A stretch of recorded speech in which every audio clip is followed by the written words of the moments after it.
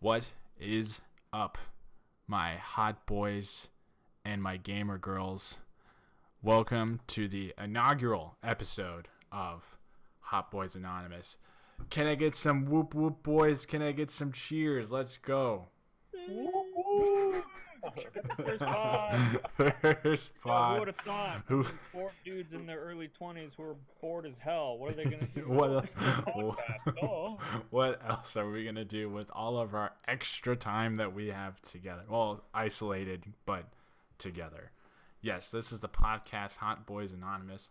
I'm your host, Graham, and today I'm here with three good buddies, potentially four if we do get our fourth, or our fifth technically, but I'm here with my friend Joe. What up? And then I got Adam. Yo. And my other good buddy, Josh. What's up? Just an other good buddy. Just the other good buddy. I'm the best good buddy, though. Best good buddy. We were roommates. We were roommates for a while. 2 years. 2 freaking fucking years. I think we're past the point if it's, I think because in YouTube, I think you can't swear for a minute if you want monetization. Yeah, I think it's that because like a lot of the people I like to watch, they do swear, but like I can tell they're trying to keep it controlled. Right. Yeah. Exactly. And you know what the shitty thing about that too is that bleeps also count as swearing by YouTube rules. Oh, no. So some of the people I watch, they've been replacing it with like dolphin noises. Yeah. It's even funnier. So fucking funny. But yeah, so as you guessed it, one of the primary reasons why we started up this podcast is because, you know, with the whole COVID-19 situation, we're all quarantining and self-isolating, and we have a lot of extra time on my hands. Frankly, I am a graduate student, and my school has been called off. Well, not called off, but remote classes for a very long time, so I'm going to have a lot of more free time than I was anticipating having for the next couple of months. So we thought, why not? Let's get these boys together and talk about shit that's important to us. Because, you know, white cisgender straight guys don't get to talk enough. So, anyway, without further ado, we're going to introduce ourselves. We're going to start with Josh. Josh. Hi, Josh. If Josh. Hi, Josh. Hello, Josh. Josh, if you Hello, want it's me, to Josh. say your first name, which I don't know if Josh. they've gotten by now, the general area of about where you live, and then we got 2 questions that I think is going to give the audience the perfect introduction to us as people. Sweet. Your favorite album and your favorite video game. So without further ado, Josh, take it away. All right, it's me, Josh, and I generally live around the southwestern United States. I enjoy a warm desert climate, and it is especially nice after having moved away from the Arctic tundra of the Midwest. So that's where I am. My favorite album, a very hard question to answer, but I would say David Bowie's Changes Bowie album. It's a compilation of some of the best hits, but I think that the album really encapsulates a lot of the character of David Bowie as an artist, and I really vibe with that. So that's what I rock out to in the car. It's the only CD that I own that I play constantly. So my favorite video game is World of Warcraft. I've been a long time player. I think I've been playing for 13 years or so.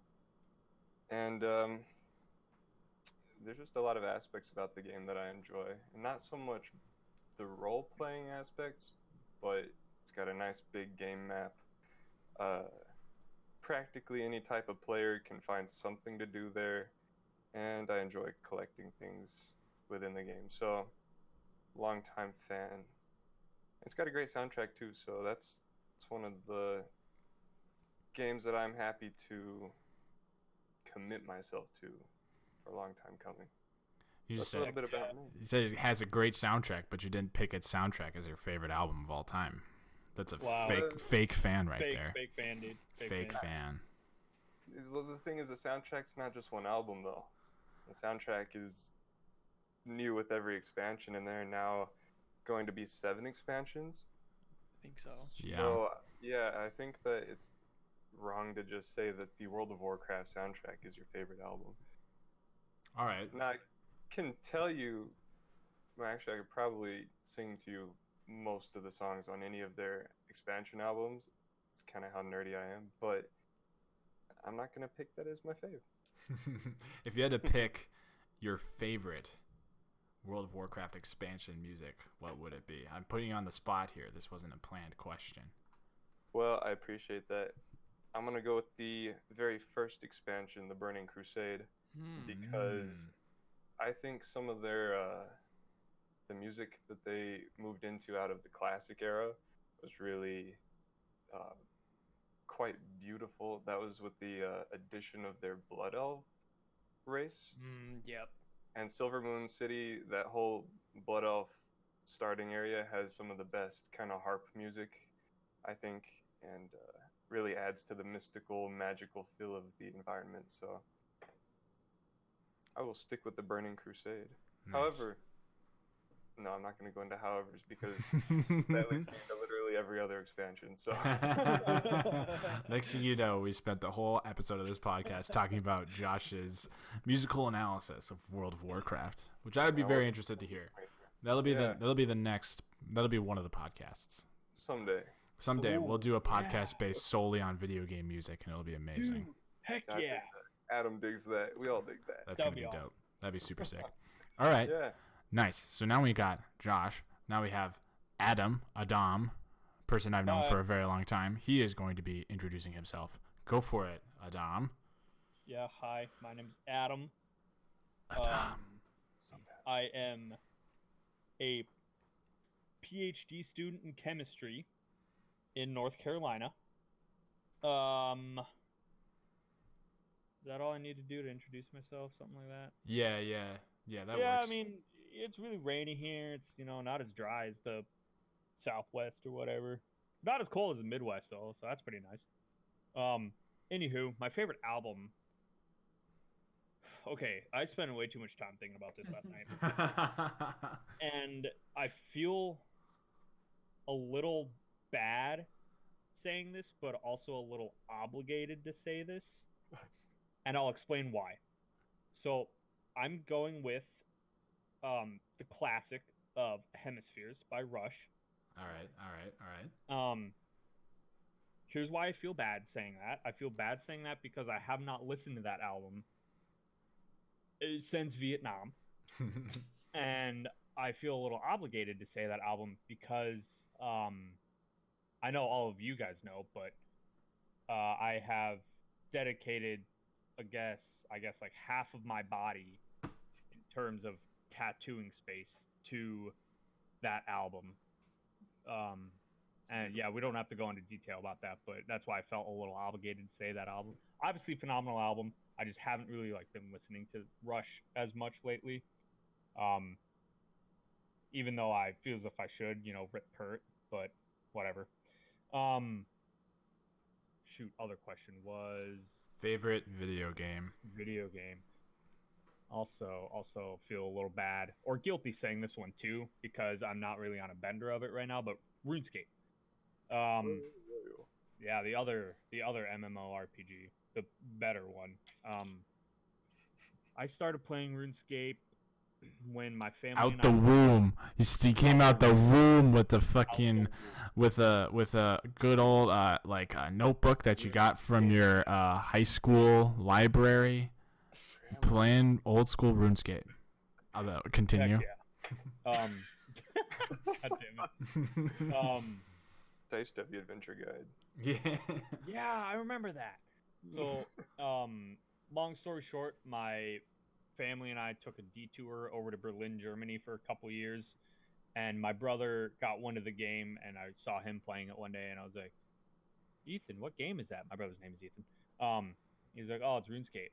I was like, okay, sweet. And then I started playing it, got very addicted, surpassed my brother's total level in a week. It was very hard because my parents were pretty strict on screen time. That was back in 2005 when, not everybody had a supercomputer in the freaking pocket, Mm-hmm. But yeah, I still play RuneScape to this day. I play old school, of course. RS3 is trash. But yeah, again, I feel a little guilty saying that because I've been on an Overwatch bender lately, and I just haven't really played or had the desire to play RuneScape lately. But Overwatch bender for the past fucking like 4 years. It's been one continuous bender since the game came out. yeah, and then Yeah. but I did take breaks of Overwatch, and I always had like RuneScape that I sprinkled in on there. Whereas like the past 4 months, it's just been no RuneScape because I just haven't. What's that? Do you still stream RuneScape over your Overwatch though? Like Twitch? Keep RuneScape up in the background. No, I like no EXP waste. No, I don't really do that right now. Damn, that was like I remember every time I came over to your house, you would have a RuneScape stream up. Yeah. Right? Big oof, dude. Big oof. Do you play that RuneScape, that old school RuneScape mobile? I did when I needed to. Like, so last semester I did because, when I was TAing for freaking Gen Chem, which was awful, we had to like sit in on the Gen Chem lectures, and like I'm a grad student, I know Gen Chem like the back of my hand, so I just sat in the way back on my phone playing RuneScape. But besides that, it's tough. Like RuneScape mobile's tough. Yeah. Like it's just very tiny icons, and like I'm a tiny dude, but like, you know, still you fat finger a lot of stuff, and it's just kind of rough and annoying. But yeah. Also, I'm probably gonna be the guy who just goes on random tangents all the fucking time. Every podcast needs one. Yeah, I'm like the Henry Zabrowski of this podcast or something. The Henry Zabrowski. I dig it. Well, we heard from Adam. Last but not... Well, I guess I'm last if Sam doesn't show up. But we got Joe. Sorry if my phone vibrated and you picked that up. Oh, I didn't hear it, so I think you're good. Okay, cool. Well, I told the audience that it happened, so it happened. All right. Joe, go ahead, my guy. Yeah, so like Graham mentioned, my name is Joe. My legal name is Josiah, but I go by Joe. It's easier. Also, growing up, I hated people butchering Josiah. I get a lot of people that say Josiah with a Z. Lunch ladies and substitute teachers would say Joshua, Joseph, Joshua, Isaiah. Oh my Isaiah. God! I got the worst one. I was impressed by this one. I got Hosea once because I had a teacher from like Venezuela. Hosea. Oh yeah, that's understandable though. I get it. I'm like, honestly, you said the rest of my name right. I'm honestly okay with it. Yeah. I will be called Hosea from now on. Plus, that's kind of metal. But yeah, so Josiah or Joe, I go by either or. I respond to both equally. So yeah, call me what you want.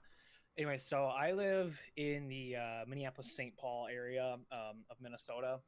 I'm currently working full-time as a business systems analyst for a large financial company. And I actually am going to be starting graduate school here this fall. I'm going to be getting a master's in computer science. So I'm excited and dreading going back to school. Golf claps, boys. So 2 questions that we got. The first one being the favorite album. I had a very difficult time actually coming up with an answer for this because growing up, I was not a big album person. I was always a big individual song person. Mm-hmm. Now, there were certain bands that I just loved. I loved 15 to 20 of their songs, but it was never like a specific album. So I really didn't get into listening to albums until high school. And the album I ended up going with was Linkin Park's Living Things. And the main reason I went with that is because that was kind of the first legitimate album that I actually picked up where I was like, okay, I'm going to buy the album specifically, not because I want to listen to certain songs. I'm just going to get this artist's album. So Living Things by Linkin Park came out in 2012. And one of my favorite CDs by them, actually. Like, I think it's a really strong mix of, you got a couple songs of some really heavy metal in there, got some good rap in there, you got some good DJ beats in there as well. It's just a nice mix of all the things that Linkin Park is really good at. Still listen to the album to this day. I still have the CD, the original CD that I bought when I was in high school. I still have it in my car. And just a phenomenal CD, and I still love it. As for favorite video game, this one I was having a hard time coming to an answer, coming up with an answer on, because I've always go into like segments of like, okay, for these 3 months I grind this game, these 4 months I grind this game, and it's been that way as long as I've ever gamed. So unfortunately, Josh stole my answer, but I'd have to go favorite game is going to be World of Warcraft. It's been the one consistent game that I have played my entire life, and I'll take breaks, but I'll always come back and I'll still love it, and I'll still grind it for weeks, if not months on end. I think that's how it goes. Main reason why I love the game, it's one of the most rewarding games out there, I feel like. Whether it be you're grinding for a particular loot, or whether or not you're trying to get a max level character, trying to learn how to go through certain raids or Mythic Plus dungeons, like, you're always grinding, but the grind is always very fulfilling. And I've played many other MMOs, and there's not been any other game out there that's been as fulfilling as World of Warcraft is. So that's I'd say that's my favorite game. Hell yeah. Do you also have a favorite, maybe a favorite expansion or favorite expansion music? For music, I don't have like a whole expansion music, but like when Josh was talking about specific places where music will play, the Night Elf starting zone has like a very ethereal kind of soundtrack to it. And as soon as Josh started talking about music, first thing my mind went to, and I was like, I could listen to that any day of the week. It's super beautiful, super peaceful, and I just love it. Nice. I think my first experience with WoW was watching my distant cousin play a Night Elf in the starting zone. Mm-hmm. Like, that memory stuck so hard. I was like, I need to play this game. Oh, I feel that very much. It's like the first time I watched somebody play Skyrim, and then when I got it for myself, and I was like, what? All right, cool. This is so dope. All right. Well, we got the other three hot boys introduced. Now it's time for yours truly. All right. Boy. So my name's Graham. If you haven't picked Graham. up on that yet. Hello, everybody. My name's Graham. Right now, I am a master's student, as I told you recently. I'm actually getting a master's in voice and opera performance. That's why he's got that beautiful radio voice. Yeah, pristine radio voice. Listen to that diction. That perfect diction. Should start an ASMR podcast. Just You guys make me something out to pronounce my T's like TH. Dude, Josh literally said that right before we started recording. You were peeing and Thanks, asshole. That was No, amazing. I'm kidding. What a guy. But yeah, so I am currently living in the Chicago area, originally from the Minneapolis-St. Paul area. I, like all my boyotes here, also had an issue picking out a favorite album. Like Adam, I'm a huge fan of the band Rush. Rush was the first concert I actually went to ever. My dad and I went to see them at the Minnesota State Fair. It was a great concert, and it was 2011, so it was their I think the 30th anniversary of. That would have been the 30th anniversary of Moving Pictures. And That was an R30, was it? no, that was Time Machine Tour. Okay, I saw him on Snakes and Arrows. Oh, you saw them the tour before. Yeah, Yep. I saw him in 2008. Right. Yeah, okay. But yeah, so, and the fun thing about Time Machine Tour was that they, on the second half of their concert, they played both sides of Moving Pictures. It was so damn. sick. It was super cool. They played. Great album. Yeah. So I was going to say that Moving Pictures is my favorite album of all time, but around the same year, 2011, that was the first year I had heard of the band Foo Fighters, and the Foo Fighters are my favorite band of all time, period.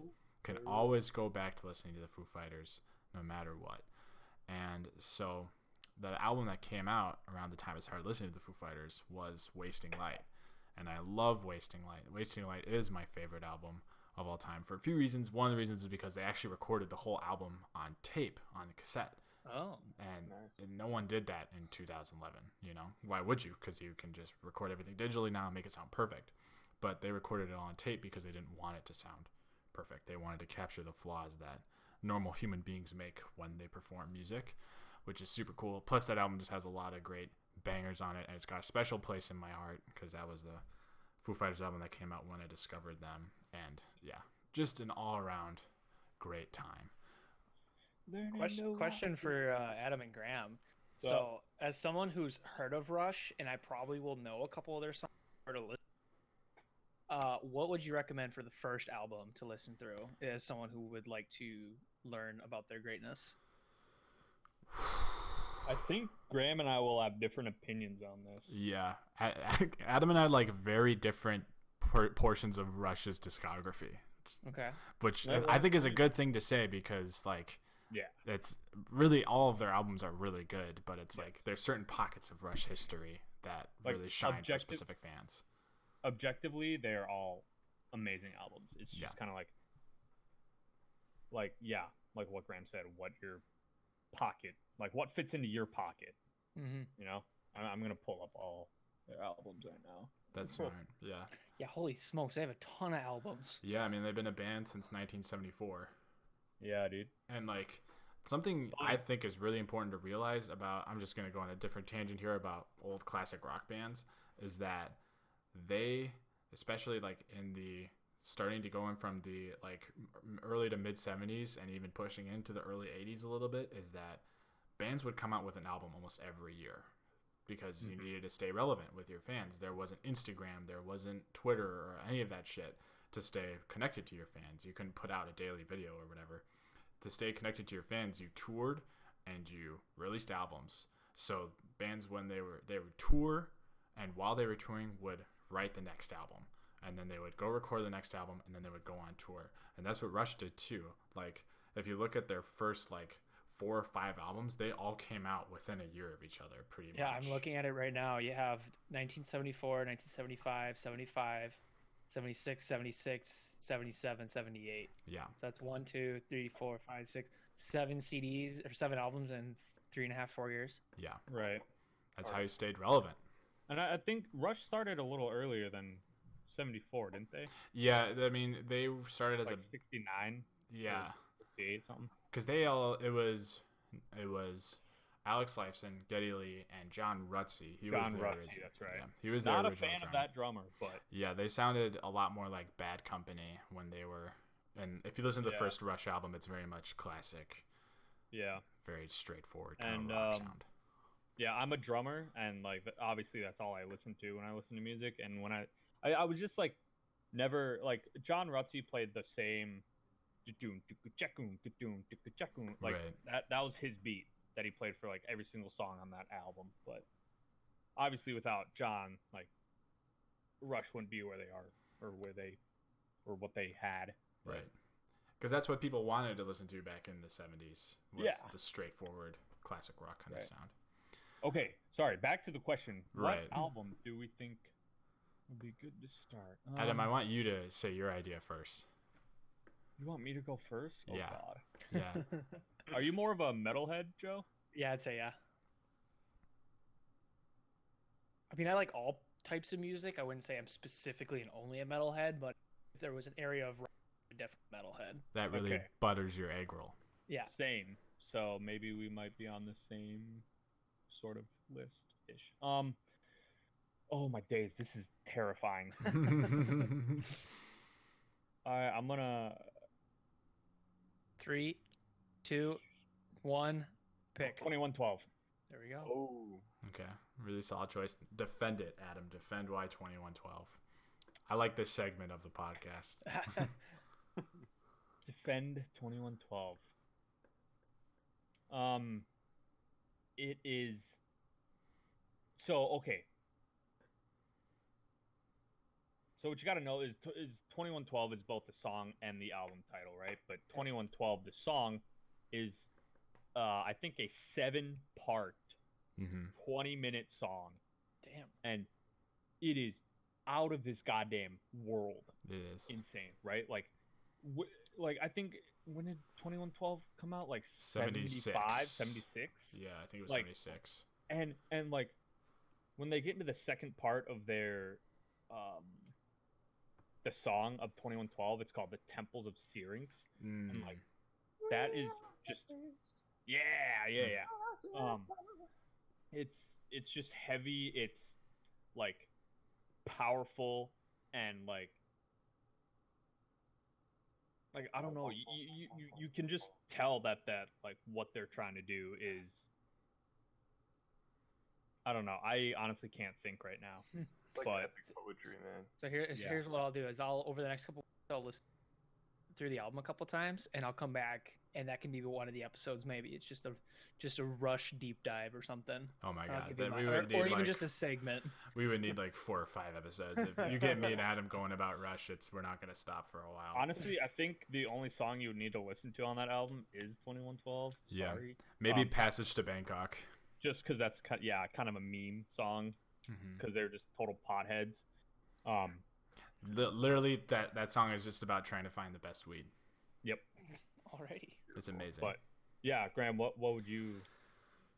album would you say? So I am stuck between 2 Rush albums. I'm stuck between Moving Pictures and Permanent Waves. Yeah, classic. So like Permanent Waves marks a really important part of Rush because like 2112 led to Hemispheres, right? The same way Permanent Waves led to Moving Pictures. So there was an album in between 2112 and Hemispheres. It went 2112, Farewell, and then Hemispheres. Right. So, but like there is no Moving Pictures without Permanent Waves, because Permanent Waves started to mark the point in Rush where they still had some longer songs, but it wasn't, like Hemispheres. The average song length on that album was like 9 minutes or something like that. On Permanent Waves, it's still probably like between 4 and 6 minutes, but starting to get into what is quote unquote normal as far as song length, right? And Permanent Waves, I think, is a great album because they really explore so many different sounds in that one album alone. Especially like Spirit of Radio, like has a little bit of reggae in it, Yeah. Entre Nous, which is C'est Français, is an amazing song that has a really gentle, almost folk-like acoustic sections in it. And then you listen to a song like Natural Science, and you're just like, what the fuck am I listening to? This is some crazy shit for like 79, maybe 80. But like, I don't think you can go wrong listening to Moving Pictures either, but everyone listens to Music Pictures, so I think I'll pick Permanent Waves. That's what I think you should listen to. So I have them saved now on my Spotify. One thing that's interesting, I'm just looking through their albums right now, and especially their early ones in the 70s and 80s.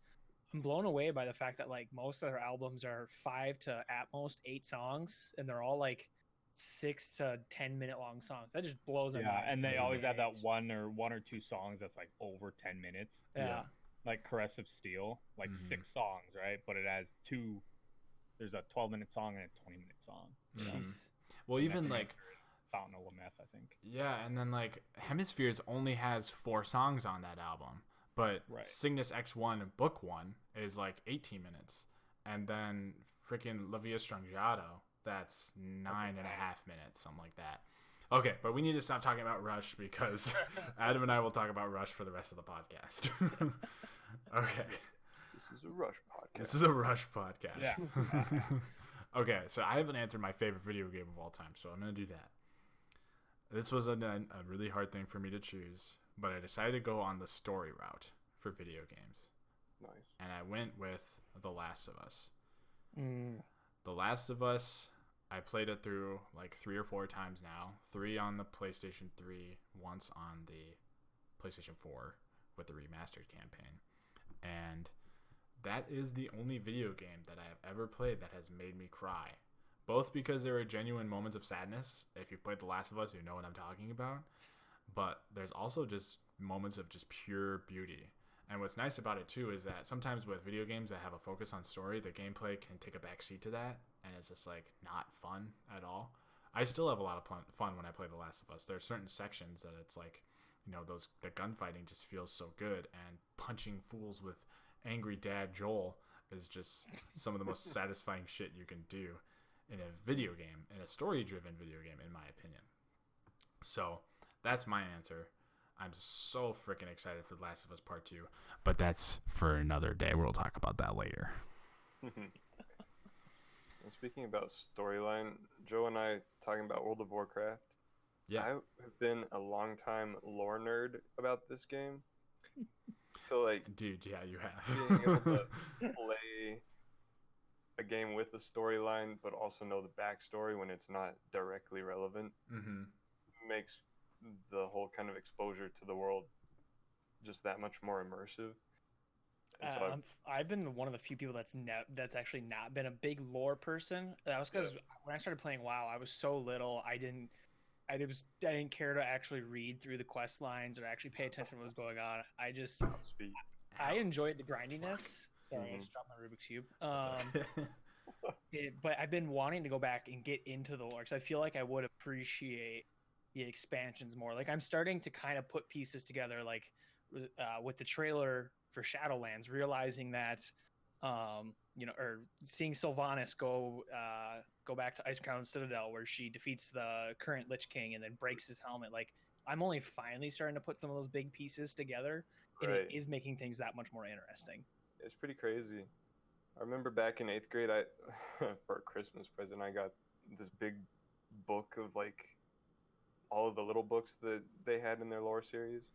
I think they call it the Chronicles of War. But like I was so antisocial with friends that I was just reading the lore constantly. Hell yeah, dude. You know, it made for a good kind of, this is my game, this is where I belong. Yeah, I think like I never really got into lore until Overwatch lore Yep. because I think like when I first started playing it, I didn't give a shit about it, right? I just wanted to be good. And then once I got bored of the game, I had no drive to compete in it anymore, right? So that's when I kind of got into the lore, and then I was like, okay, this is pretty cool. And I think it's important because that kind of kept the flame alive of me wanting to compete in that game a little bit. I think was knowing, it was like knowing why these heroes are in this game and blah blah blah and what they're fighting for. And I don't know, that's cliche as shit, but I do think lore is important. Oh, definitely. Yeah. It definitely has the ability to take a video game that you just kind of enjoy a little bit and explode it and make it ascend into something really special. It makes personal. it makes video games feel more than just a video game, like just a screen with a series of background. Like you feel like you're a part of the adventure and the storyline, just like any good movie might suck you in, like Lord of the Rings, Harry Potter, Star Wars, anything like that. Right. I actually have like an example of that kind of. I was in somebody's Twitch stream today. Go for it. I'm gonna shout them out. It's Mushu. Yeah. She's awesome. Overwatch streamer. And somebody in her chat asked her, was like, "Hey, which one of the Overwatch heroes would you like want to hang out, have a like dinner and a beer with?" And first person that came to my head was Reinhardt, because he's German. Good German beer. A, he's German. And B, he's old as shit and seen a lot of shit. So, like, can you imagine drunk Reinhardt just going off on stories about this war and that war and how he just fucking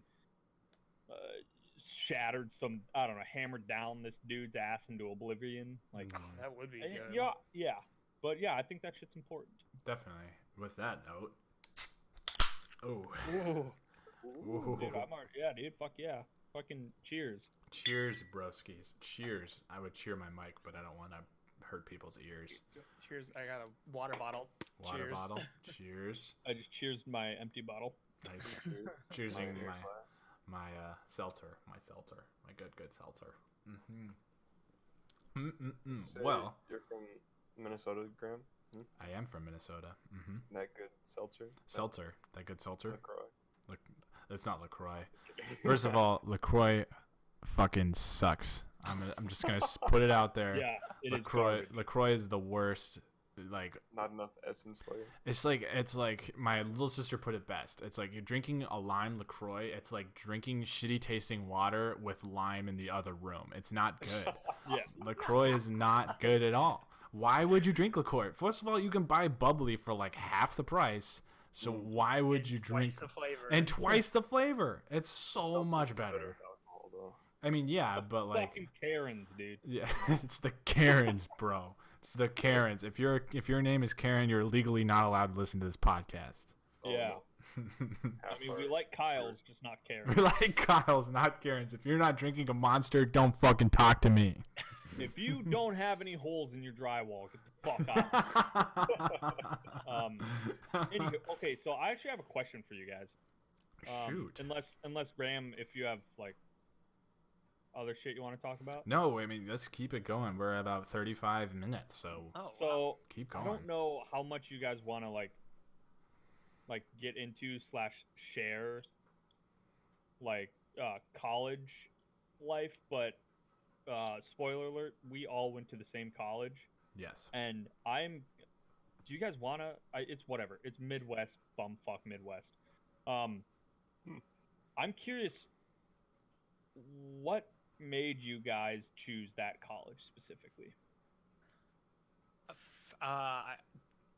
Okay, yeah, I'd say so. For me, it was I'm third generation to go. Okay. And being a person who's played the violin for 14 years now, I think they have a really good orchestra, and so and then they had a program that I wanted when I was looking for school. So it's just kind of a good, perfect marriage of a lot of different things I was looking for in a school. Right. Cool. Oh yeah. Definitely. Do we want to name the school or not? What do you guys think? I'm fine with it. I don't really give a shit. Yeah. Yeah. So we all went to Concordia College, a very small school up in Moorhead, Minnesota. Roll Cubs. Roll Cobs. Roll Cobs, Roll dude. Cabs. Hell yeah. I think Roll Cubs. what drew me is definitely going to be the choir. As someone, Yep. the music, I knew I was going to be a music major.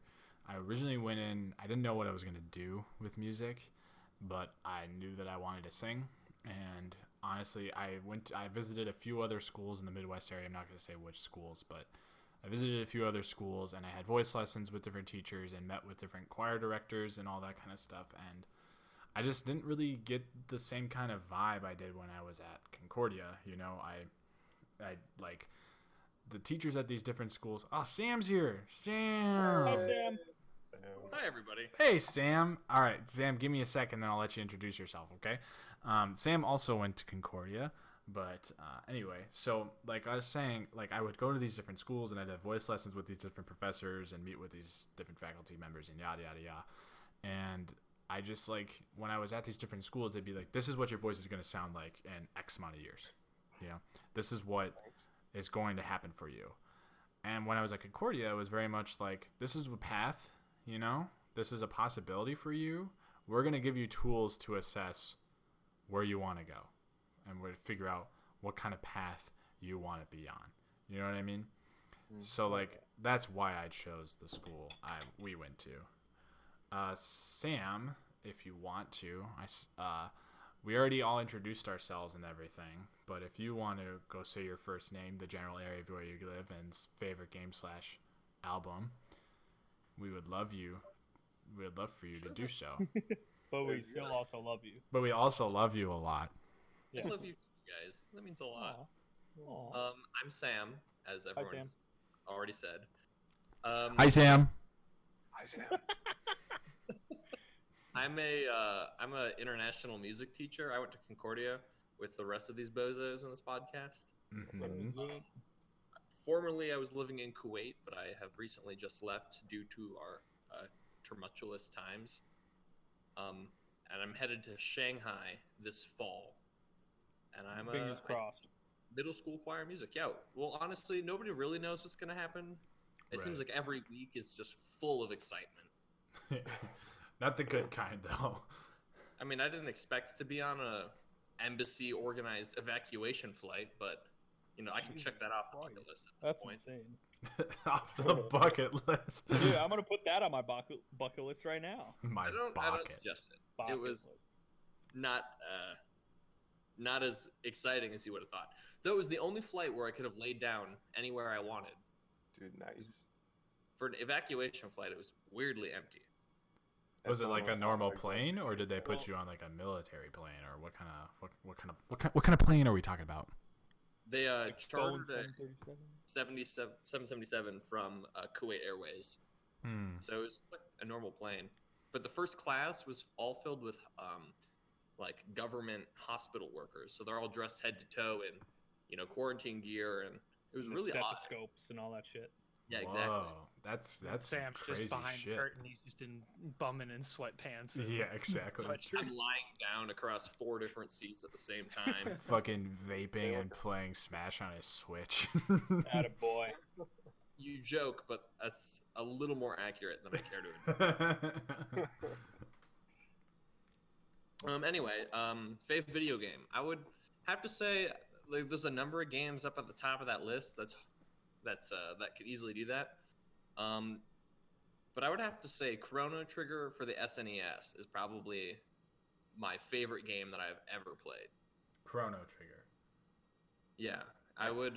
For some It's- reason, it's a- my mind thought you said Corona Trigger. Sorry, Yeah, I heard that. got the virus on the brain. Corona Trigger.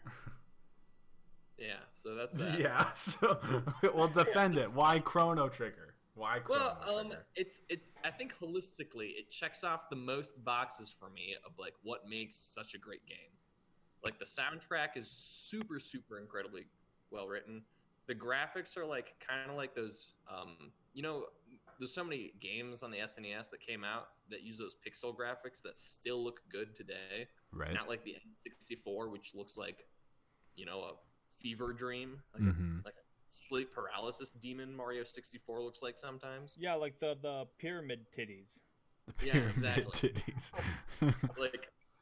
like they've aged really well, and it's a really great. The writing is super good. The characters are really memorable, and the gameplay is like I'm not normally a big fan of JRPGs, but that's one where I played and I didn't feel like shooting myself. Fair. Fair. That's totally fair. It's a game that I really recommend, especially in quarantine times when it's hard to find stuff to do. Mm-hmm. So that's probably up there. I mean, besides some of the other ones that, like Halo 3 is definitely up there for me, but for very different reasons. Right, definitely. All right, do you have an album? That's a hard one. I would have to say 2. It's Okay. Bad Out of Hell by Meatloaf is like the perfect level of rock ballad cheesiness that I could listen to it at literally any time and feel like I want to ride a motorcycle into the sun in the best way. In the best way. And then My First Car by Wolfpack is another one that I really love. Ooh. But again, I could listen to like any time. And I know Wolfpack now has like collaborated with like everybody and their dog at this point and has released umpteen thousand,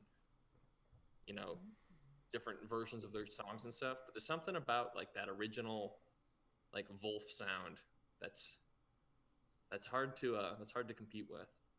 Definitely. Feels Minimalist funk. It's hard to do better than that.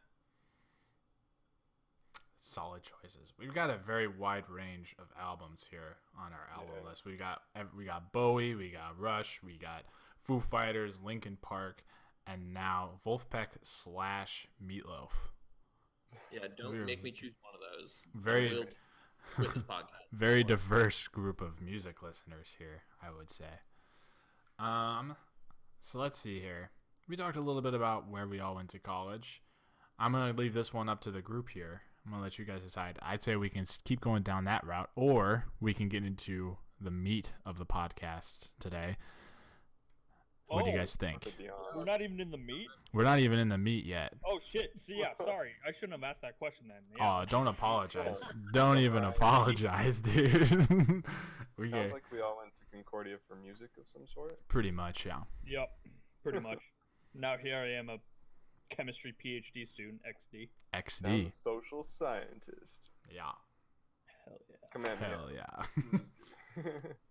All right, well, let me introduce the meat of the podcast, and then we're going to get into it. So one of the things that I wanted to talk about a lot was some of our favorite memories associated with video games. English is difficult. Some of my favorite memories that I have are like when you're in middle school, let's say 8th grade going into early high school, right? And you have friends over. Like for me, it was my buddies. They'd come over to my house and we'd play usually one game and we'd just fucking go hard on that game all night with the cases of Mountain Dew and the $5 Little Caesars pizza that probably had so many greasy chemicals on them. And hair. And hair. You can get Rona from those nowadays. You think you what? You get Corona from those nowadays. Either you get Corona or you get a virus worse than the coronavirus that actually kills Corona. They should be checking for that. We should see if the WHO would be willing to make a vaccine out of Little Caesars pizza. But I digress. I ain't no scientist. I will check it out. All right, thanks, Adam. We appreciate you. Gotcha. Josh is a social scientist. He can research the implications of said vaccine. The results. Yeah, so that'll be great. But yeah, so what I want to know is when you guys were in 8th grade, when you were a freshman in high school, and you had your buds over, or you finally had the bandwidth to yourself for the night, and you had hours and hours and hours to waste. What was your go-to game with your buds and the Little Caesars pizza? I'm gonna fuck around with the order too. Keep everybody on their toes. Let's do Sam. Sam, what was your go-to game? You know, I think that the most and the best memories I've got is the original Star Wars Battlefront 2. Oh, fuck, dude. I forgot about that game. I don't think there's been a game that's come out that's had like the multiplayer experience that's really been the same for me. Mm-hmm. Like especially if you're playing Galactic Conquest. Oh, like in Galactic Conquest. Like it's like the perfect, like it's got such a great variety of modes and maps. Even though variety, like they're all essentially the same. You're all running around and you're shooting stormtroopers or battle droids or whatever. And you're doing like the same space battle over and over again. But like I could play that shit for hours, and I did, because it was like an actual map where it felt like you were actually fighting in like a war, because there's a ton of bots running around. Mm-hmm. And that's actually I think that's something that most games are missing, is that more games need to have big battle modes that include bots on the map. I think Halo 5 did something that was similar to that, but it didn't feel the same. It felt a little bit too MOBA-y for my tastes.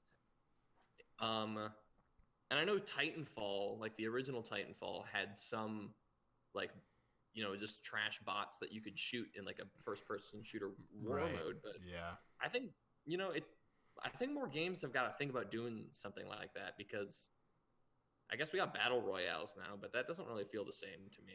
No, not even. No. Man, I can like the Cloud City map, that had both like X-Wings and TIE fighters, but if you ran around to the other side, it had like the Cloud City, like those 2x ships, you know what I'm talking about? They had like the 2 carts on either side and a gun on the middle. Oh man. And there was the Khajiit map where you're standing up in these giant towers and you can like literally see all the tanks rolling across. Yeah. Oh my god. That was a game that did vehicles right. Definitely. Well, it's hard to. If basically anything what you need to do to make vehicles not suck in a Star Wars game is basically just let me use it. That's all you have to do. The handling can be dog shit. I don't really care. As long as I can fly a TIE fighter around and crash it into somebody else's, it's gonna be lit. And I'm just so surprised that like the newest Battlefronts, how did they manage to fuck those up? Like, it was made by EA, so that's mistake number 1. Well, like you have a franchise that literally prints money. Mm-hmm. Like you don't need to make something good. You need to make something that's at least decent. And even then, it just wasn't. Maybe it's decent now. Who knows? But Battlefront 2 is pretty good right now. But go ahead, Joe. Part of it for Battlefront is like the game itself in a vacuum is actually a very good game. It's just everything that they did with the loot boxes and unlocking heroes, how you go about doing that. That is what gave the game such a bad rap and why the game died off so quickly. Mm-hmm. It's because some people just wanted to stick it to EA. Right now, the game is actually in a good place. It really is. I bought that game for $10 over the summer, and now that it's been out for a couple of years, it's like a full-fledged game that actually feels like a fun Star Wars game. But when it came out and it cost $60, it was not that. Which is what most people were upset about. You know what I mean? But I like your choice, Sam. I totally fucking forgot about the classic Battlefronts, Yeah, it's a game that I think is still worth it's still worth cracking out every once in a while. Easy. If I don't have any Wi-Fi at the good old Graham house, and I have a PlayStation 2, that's the only game I'm gonna play. Is either of the Battlefronts. You can't really go wrong with them. No, definitely not. Sorry if you can hear So that's my pick. some moving around. My roommate is moving around, but it's okay. That's a good pick. All right, let's do Adam next. Adam, What's up? what's your go-to Mountain Dew Little Caesars Buds Are Over video game? No fucking comparison. Left 4 Dead 2. Ooh. What was that, Samuel? Sam? You know, What was that, Sam? was that a disgusting sound or was that a good happy sound? I love Left 4 Dead 2. I love it. Here's the butt. Use the butt. Is it a big, nice butt? It better be, or I'm pissed. I didn't have. You would think having a lot of brothers, you'd have a ton of people who'd play it with you, but nobody played it with me, so I don't have like. Now I feel bad. That's sad. Oh no. No, I kind of. So the only memories I have for Left 4 Dead 2 is like playing it online with like videos, and that can just suck sometimes. Yeah, dude, never play on that. Fuck that, dude. Anyway, I digress. So my obviously other best friend, obviously because I'm with my best friends right now, but my other best friend from long story short, he and I met in preschool and we've been friends ever since. His name is also Adam, ironically, and he is a top tier gamer, TM. And when Left 4 Dead 2 came out in like 07, 08, around there sometime, all he and I would do with our buddy Evan, who now lives in the Pacific Northwest, and even after he moved when we were in 8th grade, Adam and I would just fucking throw down on that game. And if there's like he and I could plow through any campaign on expert, on realism, doesn't matter, just the two of us with 2 bots, we would make it the fuck work. Like, if there's any game that I'll ever admit that I'm good at, it is Left 4 Dead 2. And yeah, that's what we did. We just exactly that. Drank a shit ton of Mountain Dew, stayed up all night, ate shitty pizza, and grinded the Still Something to Prove achievement, which is beating all 5 campaigns on expert. And now we can do that in... We literally challenged ourselves to do them all in one night, and we did it like within 3 hours. Wow. No, 4. I don't know. Damn. 4. It was probably over 4 because there were 5 campaigns on there. What did you do for the rest of the night? We played versus. So we did get online, but we like split screen versus. So like he and I would always be on the same team, which is kind of nice. But that's definitely the way to go for versus. Oh yeah. But yeah, that's holy shit, man! I miss those days. Yeah, those man. are so good. I've seen all these tweets. It's like this meme going around. It's so fucking funny. It's this girl.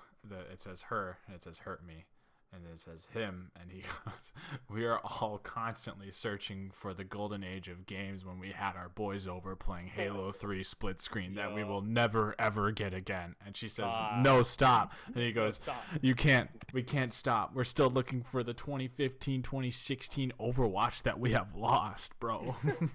Actually, though, okay, we can get into that later. We can get into that later, but it'll be fine. Okay, let's see. I'm gonna let Joe or Josh, one of you two, go next. Josh, you go ahead. I suppose my favorite couch co-op was Black Ops 2. Heck Ooh. Used to have a PS3. Yeah. The days of, well, I don't know.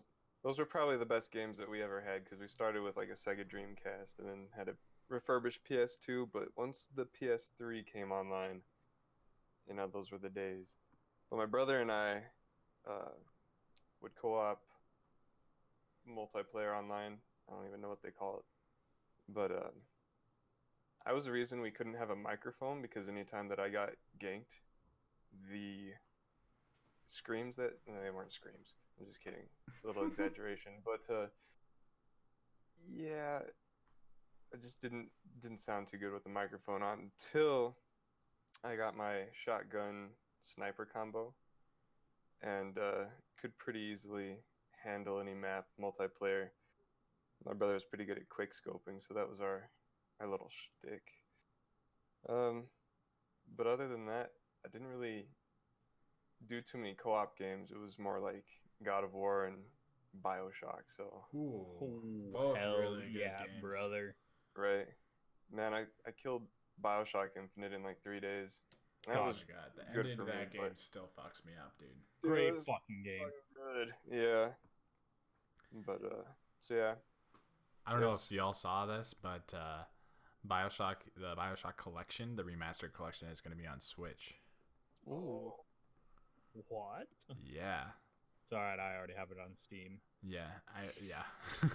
Plus, I think if you but own, you need it on Switch. yeah, too. exactly. I want to play it while I'm taking a shit, dude. Like, I'm pretty Also, sure yeah. that too. But like, I just scroll through TikTok, which is kind of bad, but So you spend like 2 hours on the toilet. yeah, you're gonna Pretty give much, everybody yeah. pink eye, bro. Get some hemorrhoids. Right. Well, I'm gonna go next, and I'm gonna make Joe go last for All right. favorite co-op game. I have 2 games. I'm cheating, but I have 2. And Wow. they're kicked out, cut, I'm a banned. mod, dude. I'm gonna make you not a mod anymore. You keep interrupting me. I'm just kidding. But yeah, I have 2 games. Wait, sorry, what? You said don't interrupt you again? So I mean, yeah, Wait, what was that? that would be amazing. Thank you. 2 games. The first one being when I was in 8th grade, I got a PlayStation 3 for Christmas. And the one game that I got with it, besides NHL 2011, was Black Ops, the original Black Ops. The best Black Ops, in my opinion, Best Black Ops, hands down. is Yep. Black Ops 1. Easy. Yep. But I probably all my hours, I'd say maybe like 70% of those hours came from just playing the Nazi Zombies levels over and over and over and over again. Whenever we had the buds over, it was Kino der Toten and fucking 5 and Ascension. Those are the maps we always played Wait, on wasn't rotated. it Knockdowns? Oh no, that was No, World at yeah, War. that was Sorry. World at War, but still, the OG, gotta pay The OG. respects. But yeah, I could not do zombies. were you just bad? I was just the weak link. Yeah. I always ended up having to get healed or some. Oh, see, I Yeah, felt nice. like I was really good at zombies. I was bad at multiplayer. Like I Yeah, think it was the opposite. I got to like maybe like I got to first prestige, but only a little bit past that with Black You know- Ops 1. I've got to be honest.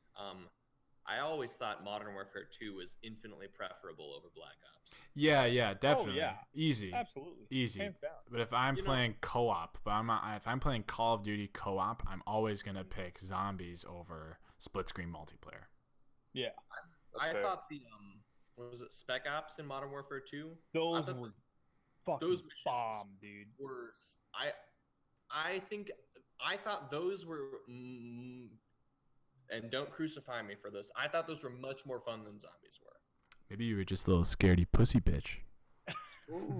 Okay, so in Sam's defense, like zombies is all about just survival.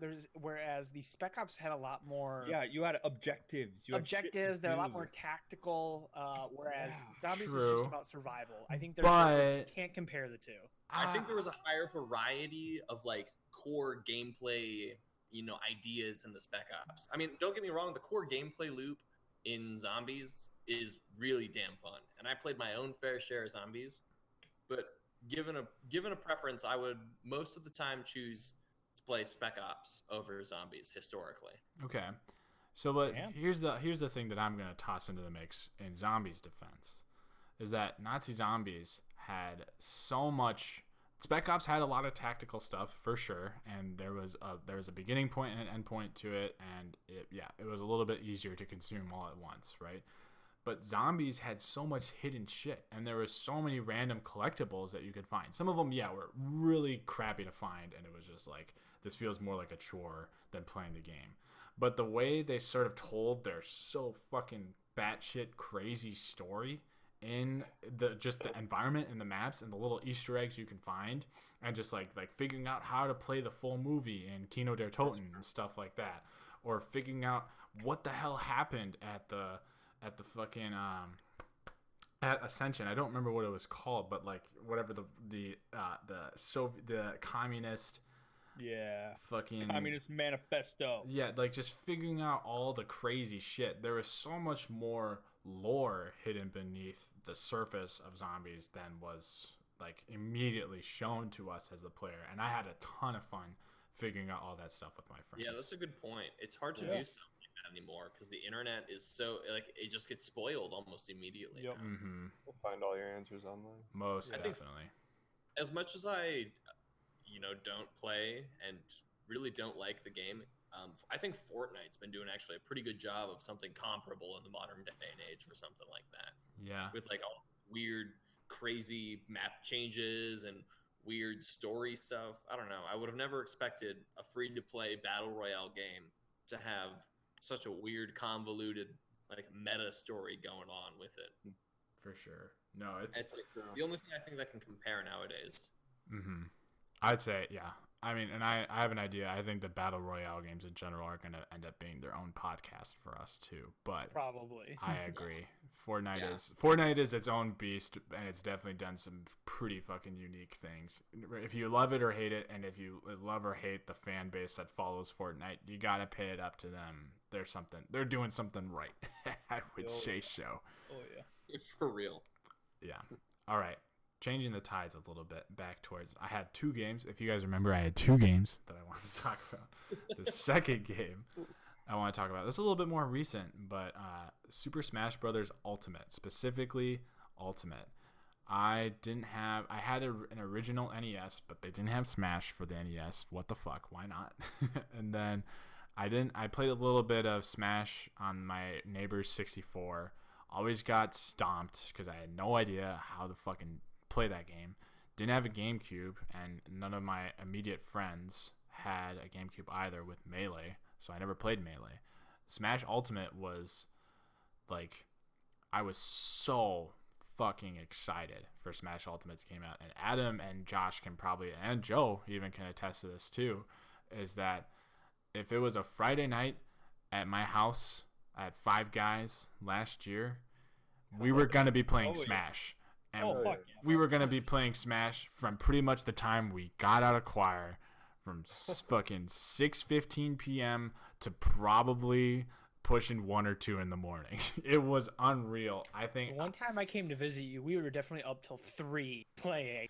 it was And I unreal. distinctly remember a time. I was like, I'm looking at my phone. I'm like, it's 1 o'clock, and I'm like, okay, this is things now. People go to bed. Now we went hard for another 2 freaking hours. Yeah, dude, it was insane. Well, and plus, like, people would show up and come and go and all that kind of stuff.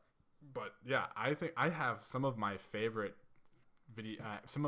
memories associated with just gaming in general are from Smash Brothers Ultimate. Just like from the day that game released to the last day at my college house last year, we were pretty much playing that game every fucking night. It was crazy. Yeah, that game, it's incredible the amount of appeal it has. Mm-hmm. I love it. I think it's amazing. I think it's the best Smash, putting hands down, best Smash. I know that's a controversial statement because I didn't grow up with Melee, but I think it's best Smash. I've played a decent amount of Melee. I'm not even good by any standards.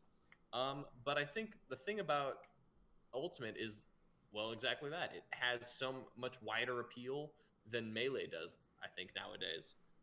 I knew Smash was a success when I was able to, on one of the concert performances, I was able to hook up Smash to my classroom projector and have a room full of students and chaperones and all sorts of stuff playing a big Smash tournament all together. Mm-hmm. Like Smash Ultimate, you said? Yeah. Heck yeah. I mean, clearly, if you're better at someone in Smash Ultimate, yeah, you're going to beat them. But it's like Mario Kart. You can still lose and still have a lot of fun. Right. Well, and Yeah. plus there are so many ways you can introduce a new player to Smash Ultimate. Just turn on items, you know? Yeah. That, like, very much, like, if you're dog shit at Smash, if you have, like, crazy items on, you can still win. Because the amount of bullshit that happens is just through the roof. And But, and that's part of the fun. If you're super super good at Smash, it's not that fun unless you are a terrible person to just repeatedly curb stomp somebody who's picked up the Right. controller. mm-hmm. That's just you being a douchebag at that point. Right. Yeah, like you should just get another hobby. Like Mm-hmm. go talk to a girl on the phone. Or go figure out what a boot. Yeah, go figure out what a tit is. For God's sake. It takes me a while to pick up a Smash controller just because I suck. It's all right. But the Rock thing same. is, you can still I'm have some garbage. fun. Oh yeah, because it's more. I think especially with couch shit, it's more about like camaraderie than being good at the game. Mm-hmm. Yeah. Most definitely. The fact that you pick it up in the first place means you're willing to get your ass kicked. Right. Yeah.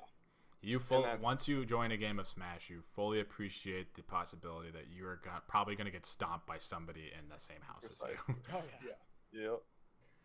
Repeatedly. Repeatedly. Yeah. Especially. And then my competitive ass got mad at Tyler every time he beat me. Because you always picked fucking Sheik, and he was always Wendy. Is that who he played? He played some hooker who's like way too OP. Like, Yeah. get out of here, Tyler. You... He'll be on the podcast at some point. All right. Round of applause for Tyler. Round of applause. Good job, Tyler. Wait, no, never mind. I hate you, Tyler. I'm kidding. I love Tyler. He's great. He's a great guy. He's a great miss guy. him. All right. Okay. We'll turn the conversation back from Smash because that could be a whole nother podcast as well. Get it on over to Joe. I think Joe's the only guy that hasn't answered this question yet. I think so. Yeah. So, favorite co-op game or co-op memories. So I had an answer coming into this, and then I heard everyone else's answers, and it got my gears turning. So I was like really trying to figure what my actual answer was. So Gears of War. Gears of War. I know. You said Gears. It's Gears of War. First game I ever had on the Xbox 3, but no. Same, dude. Gears 2. But so I had a hard time coming up with this answer initially because growing up, the block I lived on had a whopping 4 kids in total. Me, a girl who was like as princessy, pretty two shoes girl that you can think of, like wants to do makeup, play with dolls, wouldn't touch video games with a 10-foot pole. The other kid that lived on the block. Oh, there was 5. There was 5 kids in total. So me, the girl, there was a kid who was 3 years younger than me, and then so I wasn't really friends with him. And then the 2 kids that I was friends with, their parents were divorced and they lived with their mom elsewhere, and they'd only come to visit every other weekend. So I never actually had a lot of co-op opportunities growing up. But I'd say the first time, or the game that I have the most fond memories playing with my friends. It's currently a tie between Call of Duty Modern Warfare 2, because I would roll, me and my friends, we would roll 6-stack and search and destroy, and we would just absolutely pub stomp everybody. And we would play that for hours. Every Friday night, Saturday night, we'd do it for hours on end. And even after, what was the game after Modern Warfare 2? Was that Black Ops 1? Yeah. So even when Black Ops 1 came out, and that was technically the current game, we still went back and played Modern Warfare 2. We played it. Yeah. Oh yeah. Otherwise, the other answer was Call of Duty World at War, original Nazi zombies on the very first level. Not der der Untoten. Yeah, that one. Yeah, das ist gut. That one, Sehr gut. no zombies mode will ever beat that particular map, because every mode at this point, they have so many different mechanics in there. You can upgrade your guns. You can, there's traps everywhere. You can unlock perks. You can teleport different places. Like 12 different Easter eggs. yeah, Mhm. which don't get me wrong, still really fun and still really good. But the original map, I mean, that one was about as tactical as we could get. It's like we've got 4 rooms that we can defend. Right. And there's- a staircase. Yeah. And that singular stair- staircase. or Mhm. 2 Yeah. staircases. And the only way you could get a better gun is if you kept spending money on the mystery box trying to get the ray gun. The ray Right. gun. Yeah. Which Otherwise- wouldn't move because it could only be in that one spot. I hated that Yeah. mechanic that the random mystery box can move. But anyway, Oh, go back Yeah. to you, Joe. So like it was just like it was okay. How can we start in one room? Third one, if we're running out of ammo or need a gun, how can we get everybody moved to the box? How can we fix the like I don't know 12 windows in the entire building? Mhm. So that one I felt like I burned so many hours in with my friends growing up, and that was just so much fun to do. And those are the memories I have. Those are some of the fondest memories I have playing video games with my friends growing up. Oh, for sure. God, I remember Knockdown Toten so much.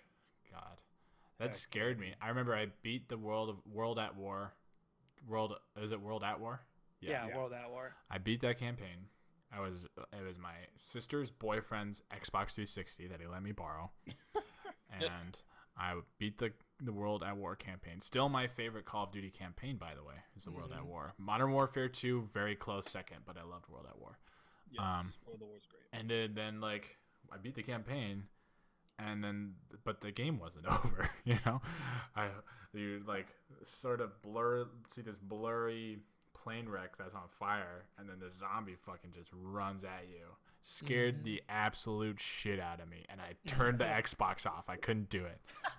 But then now, many years later, I very much appreciate. Oh, and that map was perfect at being really eerie. Like you couldn't see past like the fence, so you could Yep. only see Yeah. 20 or 30 yards. Mhm. Yep. It There's made fog everywhere. Yeah, it did a really good job of balancing the feel of like claustrophobia because you really couldn't go anywhere. You were stuck in this small ass bunker, but also just feeling lonely as hell because you couldn't see anything past, like you were saying, like maybe 50 feet, and you just see these silhouettes of the zombies coming towards Yeah, you. and then it's dead silent. There's no Yeah. music. There's just And I like the things I hate about like the newer zombie maps is like you have no fucking clue where those zombies are coming from. Mm-hmm. They're coming from East Jesus and underground and from the heavens. I don't fucking know. yeah, At least, that like, one was simple. The original map was simple. You knew yeah, you exact had windows that window. you could repair, Right. and shocker, that's where the zombies came from. and you could hear them actually breaking in the window. Yep. So it's like, oh no, we gotta go, guys, at the window, keep it Yeah, fixed. Those audio cues made a big difference. I realized that 100%. Oh, definitely. with a lot of the later maps, it just, I mean, it totally removes that feeling of base defense, and it becomes just like run in circles and find the zombies. Yeah, because the other because there was 4 maps in World. Joe, you're gonna have to repeat I'm- yourself. You hitched a little bit. Oh my bad. When, Yeah, that Mr. Destructoid. yeah. So that the World at War had 4 maps: the original map, the Insane Asylum, and then they had that Japanese one that was outside, Yep. and then they had the 4th map. Was it Derise, I Yep. think? The giant. Where- Yeah, where you could Yeah. where they actually introduced like the ability to upgrade your weapons Upgrade, and whatnot. yep. The pack a Which- punch. The pack a punch. The Japanese one in Derise, I didn't like those. It was open. Now it felt more like survival and less about base defense. Oh, really? These I first loved 100 their space. rise. Oh man, Oh, it was Derise good was fun. tough. Don't get me It wrong. was It was tough. fun. it was tough. Yeah. It was fun. I enjoyed that. It's just I really love the original, the OG map. You can never go wrong with it. I thought, the Insane Asylum, was it Verrucht? Something like yeah, that. yeah. Yeah, That was the creepiest one in my Oh, opinion. easily. Because that was the one where they actually like came out of the ground in front of you. Yeah, That was metal as shit. spooky as fuck. Man, this is making me want to play some zombies. I'm like, do I go buy Black Ops 3 and the Resurrection Pack for my PlayStation 4 just so I can play fucking Nazi zombies again? We'll see. I think that's a niche right now that could easily be filled by some free to play game. Like Oh, for sure. if Call of Duty straight up did what they did with Warzone and just dropped out and said zombies, Mm-hmm. like that's one of those things that will just print money. For sure. I mean, you can make the case that Fortnite Save the World is that. Yeah, but nobody. But it's even Fortnite, that- bro.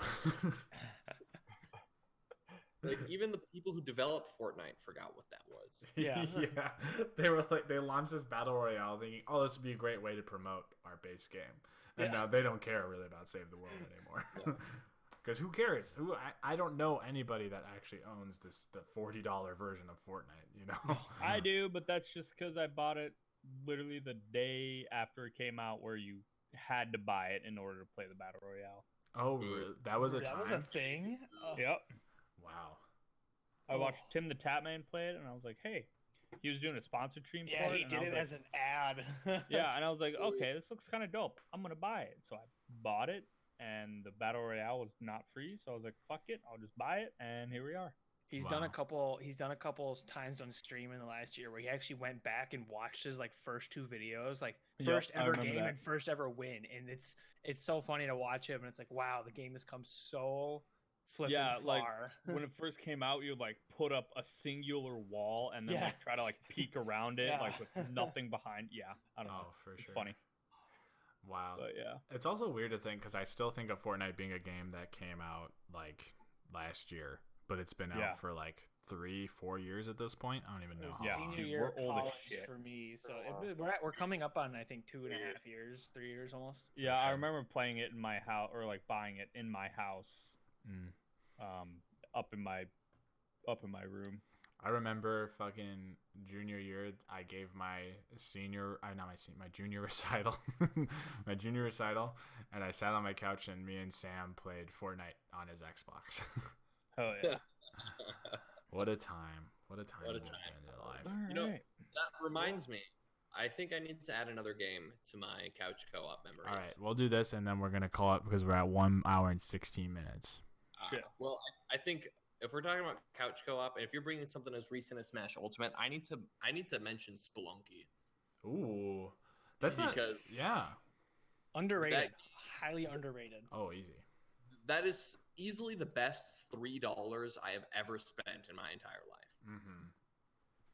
That game is, I mean, it's the you can go like the deathmatch mode is just crazy, insane, stupid fun.